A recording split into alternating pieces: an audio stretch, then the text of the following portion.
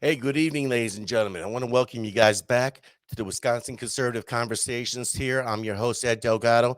And as you guys know, I have been making it a mission of mine to bring on candidates. And I want all candidates, all races, because there is value in bringing out their message, the platform that they're bringing to advancing the conservative movement. You guys know that I am very hardcore when it comes to the conservative movement. And I really see value in talking to candidates, building relationships.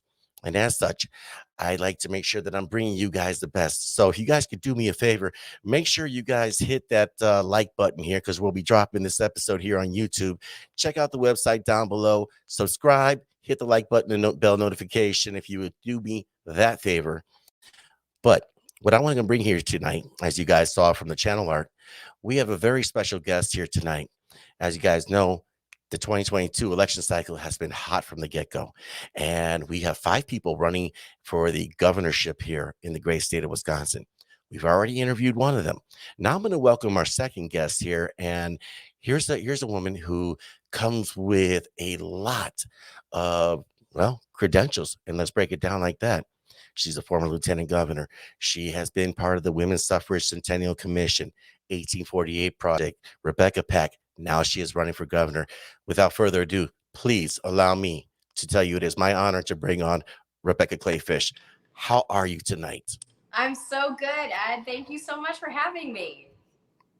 I got to tell you again, we talked a little bit about this off air, and it is an honor to have you because I know you guys are constantly pounding the pavement, going from county to county, event to event, and I realize how valuable your guys' time is. So I really appreciate you coming on and having this discussion because I think we're going to be able to provide some value to a lot of people that might not go to GOP events or Patriot events or other rallies of any type of sort, but they still want to get the message out there that they might not be able to get within the 5-second blurb on TV or radio. So I'm hoping that, we can provide that value. And again, thank you so much. I can't express, the gratitude I have for that. Oh, you're kind. Well, I appreciate the opportunity to talk with your audience tonight, any night. Thanks a lot. One thing I want to mention here before we get everything kicked off, make sure you check out her website right down below. If you guys want to learn more about Rebecca Kleefisch outside of this video, of course, click that link down there. You're going to see her website. You can volunteer, you can donate, you can learn more about her issues and whatnot. And, it's important that we make that ask because, well, if you're going to come on the show, I'm going to try to help folks out too. So let's jump into this here because something, I've been back here. Here's a fun story, and it's one I often talk about with other people. Wisconsin has a brain drain problem. And oftentimes you'll see a lot of really good caliber people. They'll go to our schools, they'll start a job, but then they'll kind of get lured to the shiny objects, Chicago, New York, LA. I was no different. I've tried to leave Wisconsin about 9 times, literally. And part of it's because I was in the military. I was in the Marine Corps. My father was in the Coast Guard, so I was a military brat, but we kept coming back. Well, God bless Around, you for your service. well, thank you. And if I may, Ed, Yes, ma'am. Wisconsin does have 23 out of the 26 veterans benefits in the country. So we are actually the very best state for veterans to choose after their service. But please continue. I just had to put in my pitch. Yes, ma'am. Well, that's one more reason to come back home. But when I came back in 2009, it was one of those things where it's like, okay, I'm home. Wisconsin's home. I've come to realize that I can go travel wherever and then eventually come back.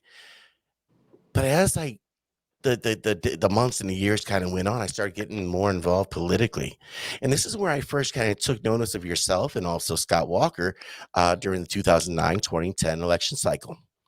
And I found your story to be very compelling because I think you're so multifaceted from the obstacles you've had to endure and just wanting to be involved within the political sphere.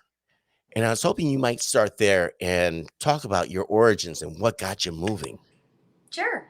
Well, I was a journalist once upon a time. A lot of folks know that I went to the University of Wisconsin-Madison. I am probably the greatest disappointment to have graduated from their journalism school today because I still came out a conservative. And I went to anchor the news down at WIFR TV in Rockford, Illinois. And I always joke, Rockford, Illinois, because we all do things that are bad for us when we're young. And moved to Milwaukee. WI said, we'll leave alone the Dan Weiss article for the moment. Nah. We moved to Milwaukee. I anchored the morning news for WISN TV, the ABC affiliate. I left my job because I had a baby, and it was before the time big, large companies understood workforce flexibility, right? Mm-hmm. And so I wanted to go part-time. They said, how about more money? I'm like, I really want to spend more time with my Right. So I decided to be at home. And when you're at home, you realize very quickly that it does not actually pay super well being a stay-at-home mom. So I started a small company. We coupons like we were on a reality show, sold our house, moved to one of the smaller mortgage. Still wasn't enough. So I struck out in search of new business. But that was during the 07 to 09 recession. And marketing, and I had a small media and marketing company, is one of the very first things to go in a recession. Research and development and marketing. Yeah. So I was trying to rack my brain, Ed, for recession-proof industries. And what's recession-proof? Death and taxes, right? Taxes, of course, stem from politics. So I went with my husband, who was in politics at the time. He was the criminal justice chairman of the Wisconsin State Assembly. I went with him to his political convention, the Republican Party convention in 2009. And I was thinking that I was going to pick up some clients there. Right. Instead, when I began talking to people, folks suggested that I run for lieutenant governor of Wisconsin, which was the just greatest piece of comedy I've ever heard. Because like, what stay-at-home mom runs for statewide office, right? Right. That's way too ballsy. It's way too weird. And, you know, what did I have to offer? I owned a small company. I had done a ton of, you know, journalism that exposed bad politicians. But, you know, I always thought, well, this was something for Joel. And it winds up that sometimes an angry mom and small business owner is exactly the right person to help take back control. And I threw my hat into the ring in 2010 for lieutenant governor of Wisconsin. And you know the rest of the story. I ran against 5 men, most of whom had much deeper political experience than me, and were the favorites of the party. The party did not like me, did not want me there. I would go to events and sit down, and like the whole table would just get up and leave. It was super. Sounds familiar. Like, stuff you don't really want to recall, to be honest with you. And I was the first one voted off of the endorsement ballot at the Republican Party convention in 2010. And so this last year, when I asked for the endorsement of that very same body to have come back and won 55%, 1,500 people, was the most incredible feeling that I can recall this year. I mean, it was just so wholly and completely different from when I first went and asked for the endorsement. And so it was a mathematical victory, but for me, it was a moral victory. But then the rest of the story goes, you know, I got really, really ugly. I started feeling gross. We had a lot of cramping and very, very tired. I thought it was the statewide campaign and just the rigors of it because, you know, even now, I'm on the road 12, 16 hours a day, every day. The reason I'm home right now at 7 p.m. is because, and I know that this will air, you know, in the future, but it's because I'm doing something for work. And so I just thought this was how all candidates felt.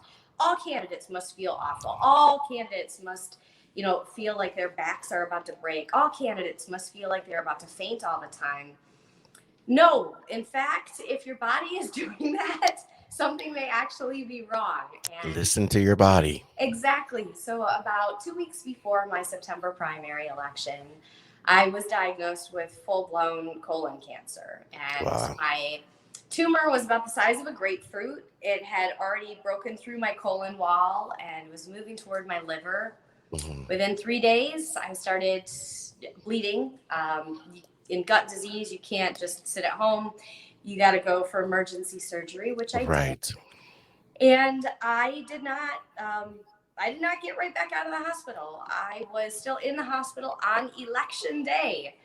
And so election day itself arrived, and I said to my surgeon, I'm like, hey, I got to go and vote for myself. You should too.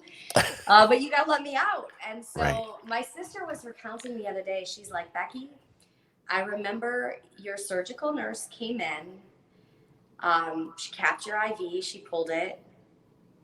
And she said, okay, I will come to your party tonight in case anything goes wrong. And you have to be back here at 8 a.m. tomorrow morning. And that's legit how they let me go. I mean, I had to promise to come back the next morning for a procedure because my gut was still completely blocked, talked about. And I had seen the scans, but I knew I had to go. And I got to my victory party after voting, and I beat all of those guys by 21 points. Wow. But still, Ed, next day, I showed up dutifully, 8 a.m., and the radiologist comes out. He's like, hey, congratulations on your big victory last night. Now here's your enema. And we both watched, live these 2 scans. So there was the one from yesterday, totally blocked. And then the live one, inexplicably, was totally clear. Really? And so I could go. And I remember doing all of my radio that morning from the very tip top of the Frederick Medical College hill. On that campus, it's kind of a hill in Wauwatosa, and nobody would have had any idea. I was just sitting there having, gone through a really intrusive exam and scan. And, in any other world, in any other version, I would have been readmitted to the hospital, but God said, nope, you're going to go win this. And so I did. How would you say that that's impacted your life? I mean, both politically, personally, I mean, everything, because when you're dealing with a cancer of any sort, colon cancer in your case, and then you have the jubilation of having won a primary, I would have to imagine, I mean, you have 2 very big, life events happening simultaneously. I would have to imagine that had to have a major impact on you and your philosophy. No one has ever asked me that question. I've thought about it a lot, but I've never spoken publicly about it. I was very distracted that night. I knew my body was not doing the work that it needed to do to not be readmitted the next day. So I knew that I wasn't fixed. I knew I was going to go back in, and the scan was going to say the exact same thing because, if you know anything about this disease, you know what things your body needs to do in order to fix it. And my body was not doing those things. And so, I was happy, but I'll be honest, Ed, it never even occurred to me in that entire time that I would lose that race. Didn't occur. I mean, everyone told me I would. Everyone told me that I didn't belong. Everyone told me I shouldn't be there. Everyone told me that I should just get out because there were other people who, had more clout, more money, more connections than me. But I had just felt the entire time that this was what I was supposed to do. This was the path my feet had been set upon. And darn it, if I was not going to march that path. And so that night, there were several circumstances during my time in the hospital. I had raised just enough money. It's hard to raise money when you're a lieutenant governor candidate. And I had raised just enough money to put one ad on the air. And the day I shot the ad was the day my doctor called and said, you need to come right now. The reason you feel like you feel is because you're bleeding from somewhere and you don't have a lot of blood left in your body. I'm like, wow. Great. I don't have time for anything like this. Thanks a lot, Doc. And so I shot that one ad, and I remember awakening from the anesthesia. And now remember, I'm 2 weeks away from my primary election. And, I'm the hardest working man in showbiz, and I'm out there trying to do everything at all times. And I look up at the TV from my hospital bed, awakening from anesthesia, and there is the one ad I had enough money to put on the air. And it was almost like, the moment my feet were off the ground, my ad was on the air. I was just taken out of my own game, and it got handled. Sometimes you have to look at that, that cosmic kismet, if you will, and just be thankful for that, because like you said, when you're laid up and next thing you know, you got the ad up there and right in the at the right time to fill the void for you. And that's awesome. Now clearly you But, guys went on. Oh, go ahead, please. well, I'll share with you because you asked about that night, but I feel like I went through that so that I could go through what I'm doing today Hmm. without event. Yeah. Like what I'm dealing with today, 12, 16 hours a day on the road, new entrants parachuting into this race with gobs of money, and all sorts of problematic stuff in their candidacies. I'm gunning toward Tony Evers in the general Mhm. election. And whatever happens to me right now, it's not 2010. And Right. I will honestly tell you that, my favorite verse is Romans 5:3, which is not only so, but we also glory in our suffering. For suffering produces perseverance, perseverance, character, and character, hope. And hope does not disappoint. No. And time after time, I mean, whether it was the cancer or it was the mean people in the party back in 2010, or whether it was, shortly after we were sworn in, Act 10, 100,000 protesters came. I was in the middle of chemo for colon cancer, where you Right. lose feeling in your hands and your feet and you get a temporary paralysis in the cold. I mean, bad symptoms to have Yeah. in Wisconsin. But, I never missed a day of work. Never. If I had to get sick, we would just pull the car over. I would get sick and I would get right back in the car and get right back to work. Right. There were A days, and if you're familiar with chemotherapy at all, that that's the day when you take your chemo in your arm. Mhm. I would be on the phone all day with calls, taking my chemo from the hospital, and I flew out for a business meeting. Right. Just no exceptions to the dedication that I wanted to show the people of Wisconsin. And that's why I say, we have to sometimes glory in our sufferings, Hmm. because it teaches you perseverance. It builds your character. It gives you hope. And that hope you can share around, you can spread to people. And so everything up until my life has led to this moment. Yep. And that's why I'm ready. I am uniquely ready for this moment. Well, when I think about, everything you just mentioned, one of the things I remember watching, and I've always been a keen observer of the news. My wife calls me a news junkie because I'm not reading an article. Like I really don't watch TV. I'm too busy reading articles. But I remember watching during, the beginning of your guys' administration into Act 10, the nonsense of the Act 10 riots, or I can call them an insurrection, can I? 'Cause certainly it seemed that way, but we won't Well, go there. 100,000 protesters took over our Capitol. We had to have panic buttons installed underneath our desks. We were Right. threatened. Our children were threatened. And we saw windows broken. We saw, the greatest disruption of Wisconsin history Hmm. inside that Capitol building. And we withstood it all. The Right. people of the state, and we are a better state because of it. We saved $15 billion because of it. And I became the only lieutenant governor in national history Mhm. to face and then fend off a recall election. So I'm the Exactly. only one who's faced off against these goofballs before. They are nothing but a pack of angry, snowflakey morons with a lot of money. And that's Hmm. exactly what we're going to be dealing with this fall with Tony Evers and crew from the DPW and the DGA and the DNC, as well as his campaign. Tony Right. Evers is on the air right now with his third statewide ad buy Oh yeah. against me in my primary.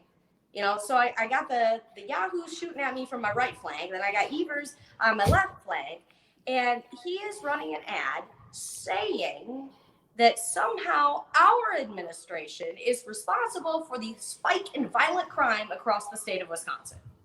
Had nothing to do with the wonderful summer of love that we had in 2020 or the lack of getting the National Guard in, but we won't get to that. Absolute failure in leadership, and he is looking anywhere except for the mirror, Ed. Right. When I look, going back to, 2010, 2012, when I look at your guys' 2 terms in office, the Walker Kleefisch administration, the bold things that happened during that time from Act 10, carry conceal, and I'm a huge fan of Karen Castillo. So again, I'll say thank you to everybody that's involved in that. I call my sidearm American Express because I never leave home without it. I But love that. Hey, and Ed, I don't know whether you've heard this story, but in 2018, my office no longer had dignitary protection. There were no cops protecting me. So I just used my own CCW and I concealed carry. I protected myself in my reelection campaign. And you have to. I mean, it's in this day and era that we live in. But one of the things that I've always respected about you is that I've always seen you out there in the forefront, always seen you out there talking to people. And I remember the first time I actually had the opportunity to meet you. It was last summer, September 11th, exactly. We were in Manawa, Wisconsin. And I remember you talking to a elderly couple. And I remember you just being so incredibly laser focused in talking with them. And it was interesting because as I'm watching this, and I'm also reflecting back on your time, as the lieutenant governor and what you were doing over the past 3 years with Rebecca Pack, the 1848 project. And I'm just like, wow, okay. That type of intensity shows me an individual who's actually listening. I mean, we're talking active listening, and I think that's incredibly important. Um, so which kind of leads me to what I want to ask. I know it's like a long-winded one here. I would have to think a lot of your campaigning and everything is a lot of listening, a lot of hearing what folks have to say, what is on their mind. What have been some of the most important takeaways and pickups you've been able to get? Well, don't forget, Ed, it was my job to be an active listener. I spent a career listening to people. I'm fascinated by people's stories. But the gift of public policy is you can hear people's deepest challenges, deepest concerns, their stories, and you still, the state level, have the ability to help them to adjust policy or introduce something new and fix what is ailing people. And it is the most remarkable and rewarding thing you could possibly imagine. And what I am hearing now across the state is people are serious. They're mad that you can't afford gas and groceries in the same day. They're mad that they're not safe anymore, that violent crime is on a tear because we have bad district attorneys and bad judges and a bad governor who just doesn't get it and panders to the bad guys. And we're seeing failures in education out of the architect of the status quo, Tony Evers himself, who allowed schools to shut down. I mean, my own 2 kids being homeschooled on their Chromebooks in the bedroom, hotspotting their internet because we still don't have rural broadband. There is nobody better to take it to Tony Evers, an actual public school K-12 mom like me, whose children actually went through it. One of the most infuriating things of the last couple of weeks has been seeing Tim Michaels introduce an education plan that makes no mention of kids who are locked out of their schools and how we need an in-person option. Makes no mention of the forced masking. Makes no mention of the pressures that our children have felt to get a COVID-19 vaccine. Makes no mention of the critical race theory and other garbage that we moms heard coming through the Chromebooks on the beds in the bedrooms. And the reason is because these kids didn't go here. They lived out of state. And I want to fight for our children because I have been here and I've chosen to be here and I've chosen to help other moms and dads rise up and fight back against bad school boards who are trying to steamroll them, or bad county boards who are trying to steamroll them, or bad town councils who are trying to steamroll them. And ultimately, I'm taking on Tony Evers, who's trying to steamroll all of us to remain beholden to the far leftists and fringes in his own political Party and Joe Biden himself. Well, and if you think back to the spring and summer of 2020, just how detrimental all that was from the, and I get it to a certain point. We were dealing with a novel virus. I kept doing what I was doing, but if I told you that I didn't have some level of fear, I'd be lying to you. Just simply to the extent that, man, it looks pretty bad on the TV. But life has to go on. And shutting down businesses, deeming people essential, not essential, was complete nonsense. One of the things that really bothered me and impacted me, I read the story from Urban Milwaukee that talked about how the mental health crisis had just blown up over the summer of 2020. Then you had everybody locked down. It was little wonder that you saw the number of riots and everything else. And we can't afford to have that rewarded with another term of Tony Evers. And that's why when I have the privilege of talking to someone like yourself and others, that's why I like to hear, okay, what are we going to do so this never happens again? And we're going to make sure it never happens again by curtailing the power not only of the executive, which Tony Evers has vetoed, but also of these county health departments. We also want to codify in law the things that, under the event of an emergency, can never be taken away. This is one of the things that we started talking about with the 1848 project. We saw after Hurricane Katrina in Louisiana, government boats coming up to households and people overjoyed thinking that these government boats were coming to give them potable water so that they could drink or maybe even rescue them. And they were coming for the guns. Yes. Over in the West, on the West Coast, they said that people weren't allowed to fish in COVID-19. Mm-hmm. In Canada, children weren't allowed to play on outdoor play equipment because of COVID-19. In Australia, they had a full-scale lockdown. People weren't supposed to go on their houses. This is the kind of stuff we must prevent by codifying in law barriers, boundaries, so that the steamroller of government cannot grow and push right over your constitutional rights and your individual liberties. As governor, I will protect those. But I would also argue that well, you're 100% right. At the very beginning, there were a lot of people who did, we're not scientists, right? Right. And we're not doctors or immunologists. And so it wasn't up to us to determine what the science was in the early days, but it was on us to take a look at what science was producing. And what we learned was that we could have continued with our business because even in Tony Evers' world, there were some people who were deemed essential to our economy. And then there were other people who he said were not essential in life. He literally turned our Wisconsin Economic Development Corporation into a judgment agency to determine whether your life was valued and whether your life was not. And then ultimately, when tens of thousands of people lost their jobs and went over to the Department of Workforce Development in order to get connected with their unemployment benefits, well, 97% of the people who called up were met with either a busy signal or a hang-up. Right. That shows you how much Tony Evers actually prioritizes the people of Wisconsin versus his own political party that tried to stoke fear into the hearts of every single Wisconsinite. And when I think lost my father-in-law during COVID. We said condolences to you and your family. Over Zoom. See, that's not right. So you had to say your goodbyes over Zoom? Yes. And we're with countless thousands of Wisconsinites in the exact same position. And we're with countless thousands of Wisconsinites who are angry about the epidemic of anxiety and depression among our children. Mm-hmm. You put it right. You lock kids out of their classrooms and all they have is social media, which has become so toxic, particularly for young girls. Do you know that today we have seen a 51% increase in visits to the emergency room for 12 to 17-year-old girls for suicide attempts? Why do you think that is?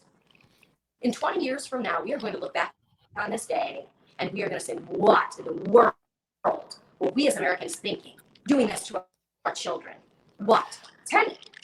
10,000 times likelier to die as a senior citizen, 10,000 times likelier to die of COVID-19 as an older American than you are as a child. And yet, we chose to lock kids out of their classrooms. And a mental health crisis erupted. And it's not going to be repairable overnight. Well, and it was so easy to buy into the 15 days of slow to spread, then another 15, and then let's have a 60-day emergency order. And I think one of the things that's most appalling to me was, and I think you hit the nail right on the head. These county health directors or doctors or whoever's running it, unelected bureaucrats were making those calls. Like I knew places, bars, restaurants that somebody unfortunately got sick. They had to shut their business down for 10 days. Meanwhile, somebody at a big box store gets sick. Hey, just wipe down the aisles. You're going to be fine. Go ahead and run your business. I'm sorry. Nationwide, but more so here in Wisconsin, the backbone of industry here is the small independent business owner. And if we're shutting these people down, what does that do to their livelihood? Because a lot of these restaurants, food ain't cheap. It hasn't been cheap, for quite some time. So you might have $10,000, $20,000 worth of back stock ready to go because you're getting ready, it's Wisconsin. We like our fish fries. But what happens when you're shut down for an entire month, 2 months? Now you're out of that and nobody's here to rescue you.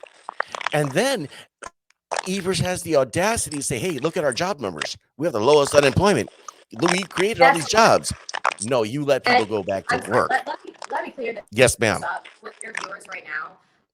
I know we can all play, armchair quarterback on the Bureau of Labor Statistics here, but I'm going to tell you the truth. That is an artificially low unemployment rate. How do I know that? Because the federal government does not count the people who have just dropped out of the workforce and are no longer looking for work. Tony Evers literally paid people more money to sit out of the workforce than to jump back into the labor market. Today, we have 138,000 open jobs on our totally free job search website. Fact check me right now. It's called jobcenterofwisconsin.com. 138,000 open jobs. Do you want to know how many more people Tony Evers has on Medicaid from when the Walker Kleefisch team was in charge? 136,000 additional childless, able-bodied adults. Now, we've got people who have gotten 4 stimmy payments from Joe Biden, right? Plus, they've gotten the UI, the unemployment insurance, plus the booster payment, because remember, Tony Evers was the last governor in America to keep paying people more money to sit on the sidelines. Correct. And so now they're still there. We desperately need them to jump back into the workforce. Desperately need them. And employers are paying great wages now. 16, 17, 18, $24 an hour starting wage, many with great sign-on bonuses and health insurance. Why can't we get people into the workforce? Because Tony Evers is keeping people on Medicaid and our other welfare programs. I am sad to say that we're going to have to completely go back and redo everything the Walker Kleefisch administration had already done on welfare reform. Because remember, we took office after the very deep recession of 07 and 09. Jim Doyle had destroyed our finances, handed us an executive budget that was just a bucket of trash. And we had to completely redo it, fill a $3.6 billion budget hole, which we did with Act 10, but we fixed it. We created certainty and stability in our economy. We opened Wisconsin for business again. People jumped into the workforce, and we were on a tear. Tony Evers gets 3 years at the helm, and I swear he's crashing the car. Well, and I tell you, he definitely had help with the Biden administration and obviously with COVID, and one of the things I think, and I've heard a lot of people say, and there's various groups here around the state, and I got to give credit to them because I think it's great when people get involved in the body politic. It is important that you have advocacy, whatever your issue may be. But as I talk to people on a daily basis, and I have the honor and privilege of talking to anywhere from, I'd say 100 to 150 people a day. Um, I don't really get too much into what I do professionally, other than say it's in sales. But it's a privilege to get to be able to be a part of their lives and to hear their thoughts and everything. But in those conversations, some of the biggest issues I've heard over the past few years has been inflation. How come my $300 doesn't stretch as far as it used to? Obviously, we're dealing with $5 a gallon gas. We take a look at what's happening here with the Federal Reserve just raised interest rates here 75 basis points, and they're probably going to do it again next month. And these are the issues that have really impacted people here in across the nation, but certainly here in Wisconsin. Now, understandably, we can only do so much here because obviously we don't have access to the printing press. But what are some things we can do here to help insulate Wisconsin, be the seawall against an overreaching federal government? Yeah, well, I'll tell you, Joe Biden shouldn't have had access to the printing press because he's the guy who got us into this problem in the first place. I just talked about the 4 stimulus payments. Yes. Completely wrong-headed. He drove us into recession.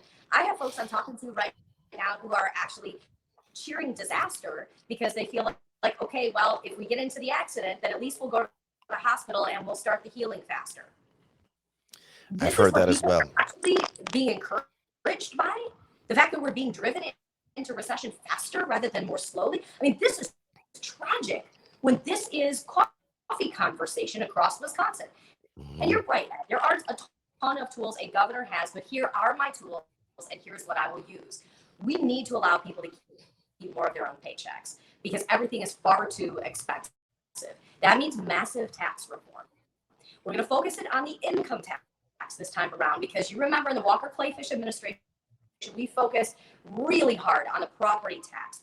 And we need to, right now in Wisconsin, keep our Generation Z workers right here. What was the first thing you opened this podcast We with? talked about the brain drain. You got up and left the state for better opportunities, bright lights, big city. How do I keep our Generation Z workers here? By allowing them to keep more of their own money. We are going to gun toward a 0% income tax in Wisconsin. Very exciting. Now, I can tell you that's not going to happen in the first 4 years. I'm not going to bankrupt the state. But what I can also tell you is as we glide toward that, we're going to sweep through a flat tax. Right now, we're surrounded by flat tax states. Those are our competitors in the upper Midwest. In Iowa, they just moved to a 3.9%. Our lowest tax bracket in Wisconsin is 3.54%. We're going to hold those people harmless, and we're going to push everyone down to a 3.54% flat tax. That is our goal, and we've got to allow people to keep more of their own money so they can use it to buy groceries and gas, for goodness sake. Tony Evers, in his executive budget, proposed raising the gas tax. Imagine that for a second. How out of touch do you have to be in order to suggest we raise the gas tax? It would cost 36% more at the pump for your gas tax if Tony Evers had his way. It's a non-starter. We need to protect people at the pump. And so we would make sure that we were as energy independent as possible from a state level. That means our DNR will actually sign the permit for Line 5 and reroute it, unlike what Gretchen Whitmer, the governor of Michigan, wants Tony Evers to do. We will repair fossil fuels infrastructure and build it if that is in Wisconsin's best interest. And then I will assure that one of the very first agencies to get the boot under the Kleefisch administration is the Office of Environmental Justice. I will also take a deep and hard look at the Department of Transportation, which does have waste in it. My opponent said on the radio that he believes the Department of Transportation has no waste. Let me tell you, after being lieutenant governor for years, I can tell you that government does have waste, it has fraud, and it has abuse. And this former watchdog reporter goes in order to try and get rid of the waste, fraud, and abuse. And at the Department of Transportation, we need to put more revenue into the transportation fund, which our administration restored after Jim Doyle raided it over his time as governor. Right. And then we need to take pieces out and put them into the general fund and pay for them a different way. This allows us to preserve the revenue from the transportation fund in order to redo roads and assure that we have the right infrastructure for the future, but it also allows us to pay for essential services and needs that the people of Wisconsin have. And I think that that's so important because when you take a look at roads, I mean, obviously we have issues with supply chain. We've got issues with the roads and infrastructure. And I think if we could be more self-sufficient that way here with Wisconsin, take care of Wisconsin first. And I love that phrase, by the way, Wisconsin first. Yes, ma'am. And I should mention two other things on battling inflation. I mean, it's not just about the gas tax. It's not just about the income tax. There are seniors who are on fixed budgets right now. Yes. In a Kleefisch administration, we're going to stop taxing retirement income. And small business owners who desperately want to make capital investments should know that in a Kleefisch administration, we are finally going to repeal the personal property tax, which Tony Evers vetoed. It's just amazing, how you could veto something that's beneficial to somebody who's a job creator.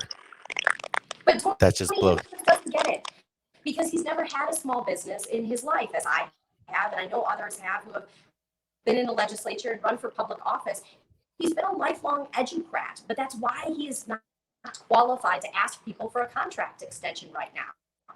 Tony Evers is not out there driving his own car, doing his own toilets, buying his own groceries. He has no idea that butter costs $3.49 for a pound right now. He's not feeling any pain at the pump that's $5.19 to fill up my 2002 minivan and drive my kids 23 minutes each way to school each day. Not only that, I don't think he cares.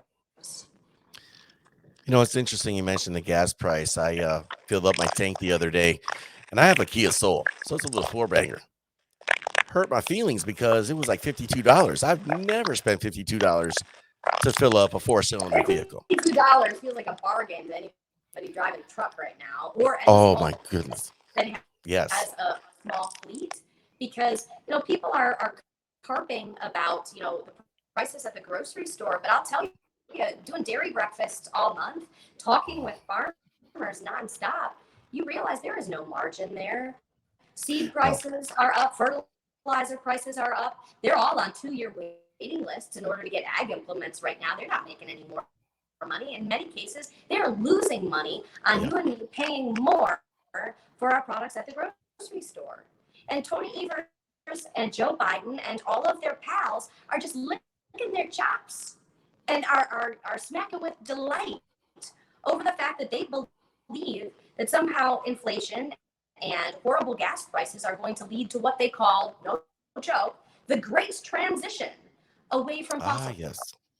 It's so insulting to those of us in the Midwest who just don't have piles of cash sitting around to go buy an electric vehicle. Well, and there's this thing going around here, especially in the rural communities where they're trying to put solar farms everywhere. And I don't know, if you lived in Wisconsin for any period of time, it's like you realize we really don't have a lot of sun here. I mean, it's not like we live in Colorado. Big picture on Twitter that Tim Michaels put up with the massive solar farm in the back. And I know they make a bunch of their money off of stuff like that. And listen, I have no problem with all of the above energy policy. I never have. Right. It's just that you got to either make money or save money by doing these things. And that's why I support all of the above energy, but fossil fuels is included in all of the above energy because sometimes it is the best resource. And in Wisconsin, we are still dependent on some fossil fuels. And listen, I am all for conservation. Conservative, conserve. We're a hunting family. We live in the middle of farm country, and our acreage out back, that's all farmed. It's in beans this year. And farmers and anglers and hunters, we don't get to do what we do unless we conserve. Exactly. And so I would argue that, conservatives are the first conservationists. But there are some people who are really backwards when it comes to their obsession with green energy and believe that it needs to immediately displace fossil fuels to the pain of every American consumer. Well, and it definitely would have an impact on just the overall quality of life, much less whether or not people will literally live or die. I mean, it's kind of tragic when you think about it. But yes, we do have the dependency on fossil fuel, but it's also we've come up with new technologies to make it burn cleaner, to not have the waste, to actually be able to incorporate those other technologies. And there's no way saying that we shouldn't, but it should not be all eggs in one basket. You can't, exactly. You can't do all or nothing. And this is not a situation where you just flip a switch. That's naive. And I think what Right. the Democrats have shown us over the last year of Joe Biden's administration is they're remarkably naive in their hopes that they can just get us all to shut down the way that we have lived for our entire lives and just transition to their utopia of Alexandria Ocasio-Cortez and Chuck Schumer and Nancy Pelosi. And that's just, oh my goodness, I can so go on a tangent on that one. Oh man, but and I know we were only looking to try to do 45 minutes, and I don't want to take up too much more of your time, but I want to definitely get this last question before we close her out, because I think this is, to me, I think the most important question I can ask any gubernatorial candidate. When we look, if you were to win the governorship here in Wisconsin, and I'm a big proponent that us here in Wisconsin, the people of Wisconsin deserve better, and damn sure better than what we've had under the Evers administration. What is your vision for Wisconsin going forward? We have so much to offer. We've lost so much, but I think that I'm reminded of of a quote, where from the movie Fight Club from years ago, is that once you've lost everything, you're free to do anything. And I make this analogy only in the sense that we've lost a lot over the past few years. So now that we've felt that pain, what can we do to free ourselves to become better, productive citizens for this great state of ours? Well, what we can do is elect Rebecca Kleefisch the next governor of the great state of Wisconsin, because we're about to run fast again, Ed, and it's going to feel so good. We're going to have an economy that is affordable again. We're going to have streets and communities that are safe again. We're going to have universal school choice where your dollars follow a child's education and not buildings and bureaucrats, and your kids aren't taught racist garbage. We are going to raise our test scores and have confidence in our schools again. We're going to have restored faith in elections and have election integrity again. And we're actually going to preserve our individual rights and liberties, and we're going to assure that we protect babies again in the state of Wisconsin. And I can't wait. It is fascinating watching this, as I've watched behind the curtain this year in particular. I feel like I've learned so much from yourself, other candidates, various folks in the race. And I want to give a big thank you to yourself and every other candidate, because the amount of time and effort and everything else that you guys put in, the sacrifice, putting your personal selves on the line. You kind of alluded to it earlier. People like to bring up a couple, nonsense stories from years ago. That kind of makes me like you a little bit more. I'm not going to lie. That's kind of cool. But it's one of those things where it's like, we're all human, Ed. We are all human. I had a human moment in college. Hey, just should have hung out. I'm just telling you, I always tell people, it's like, hang out with me in the 20s. You would have been surprised. But it was good times. I'll tell you that the 90s were awesome. But that all being said, you guys put so much out there. You're personal, you're professional, your life's on hold. And I want to thank you guys and commend you guys all so much, because what you're doing is truly a public service. And I know there's a lot of naysayers and haters, but you know what? If they got a problem, get involved. Be part of the solution, not the problem.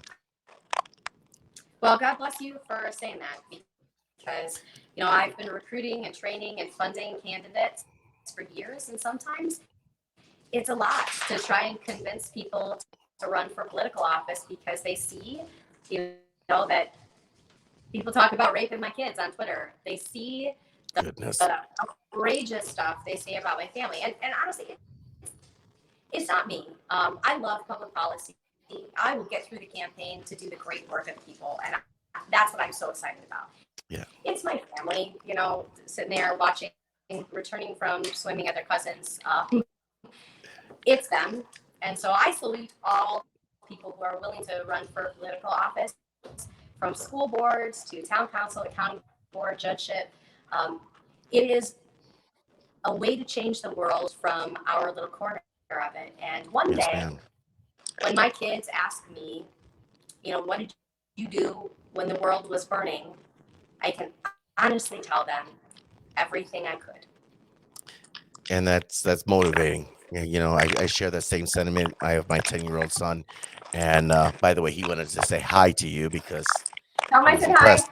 He was impressed. He's like, "Dad, you have Rebecca Kleefisch on your podcast?" I'm like, "Yes, honey. Can you say hi?" Yes, I can. Yes, I can. All right, Rebecca, I'm going to close this out here. And what I'm going to do is I want to give you the last, minute or two, however long you need, to kind of, give your pitch here. And again, we've talked about a lot of different things. I feel like we could talk a lot more. But again, I thank you for your time, your service, and the opportunity to have this phenomenal conversation with you.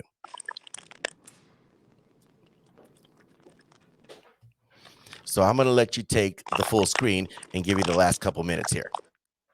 Well, thank you so much, Ed, and thank you for having me on your program. To all of you who are watching right now, I thank you too for watching the podcast and hoping for the future of Wisconsin. For your kids and grandkids,